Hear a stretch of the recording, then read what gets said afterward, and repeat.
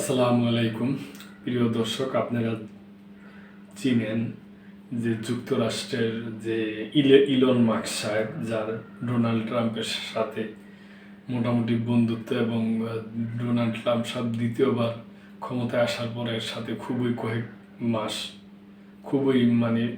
সম্পর্ক খুব ভালো ছিল। যাই হোক, ওই ব্যাপার না। ওনার যে স্পেস এক্স যে ওনার আছে উৎক্ষেপণ, ওই রকেট উৎক্ষেপণ, ওইটার ব্যাপারটা নিয়ে উৎক্ষেপণের নতুন মাইল ফলক পেরোলো স্পেস এক্স। মহাকাশে উৎক্ষেপণের ব্যস্ততম বছর পার করেছে স্পেস এক্স। শনিবার ভোরে প্রতিষ্ঠানটি তাদের 2025 সালের 150তম ফ্যালকন 9 রকেট সফলভাবে মহাকাশে পাঠায়।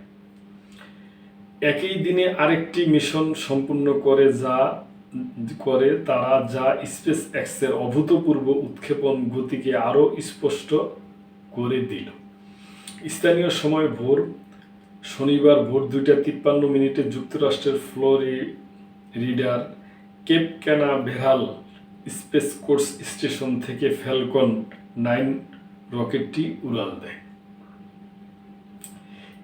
এই রকেটে ছিল স্টারলিংকের 29টি স্যাটেলাইট, যেগুলো পৃথিবীর নিম্ন কক্ষপথে স্থাপন করা হয়। উৎক্ষেপণের পর স্পেস এক্স জানায় 2025 সালের 150তম ফ্যালকন 9 মিশন সম্পূর্ণ হয়েছে, যা কোম্পানির ইতিহাসে এক নতুন রেকর্ড। এতেই থেমে থাকেনি স্পেস এক্স। কয়েক ঘন্টা পর রোববার রাত 12:48 ক্যালিফোর্নিয়ার ভ্যান্ডেনবার্গ স্পেস ফোর্স বেস থেকে আরও 28টি স্টারলিংক স্যাটেলাইট পাঠানো হয়। এটি ছিল বছরের 110তম স্টারলিংক উৎক্ষেপণ।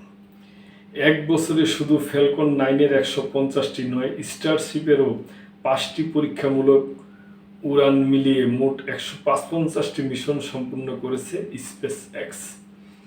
মহাকাশ বিশেষজ্ঞদের মতে এটি এখন পর্যন্ত কোনো বেসরকারি প্রতিষ্ঠানের সবচেয়ে দ্রুত উৎক্ষেপণ সাফল্য। স্টারলিংক নেটওয়ার্ক বিস্তারের অংশ হিসাবে বর্তমানে 9,000-এর বেশি সক্রিয় স্যাটেলাইট পৃথিবীকে প্রদক্ষিণ করছে।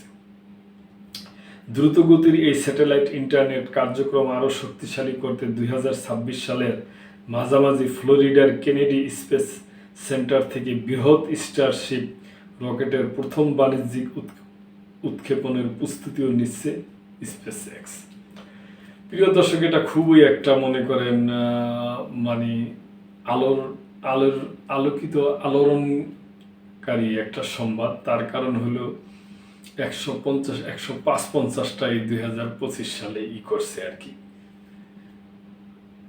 তো এই ব্যাপারে যদি আপনাদের কোনো মন্তব্য থাকে অবশ্যই করবেন এবং মেম্বারশিপ হয়ে আমাদের পাশেই থাকবেন। প্রিয় দর্শক, আল্লাহ হাফেজ।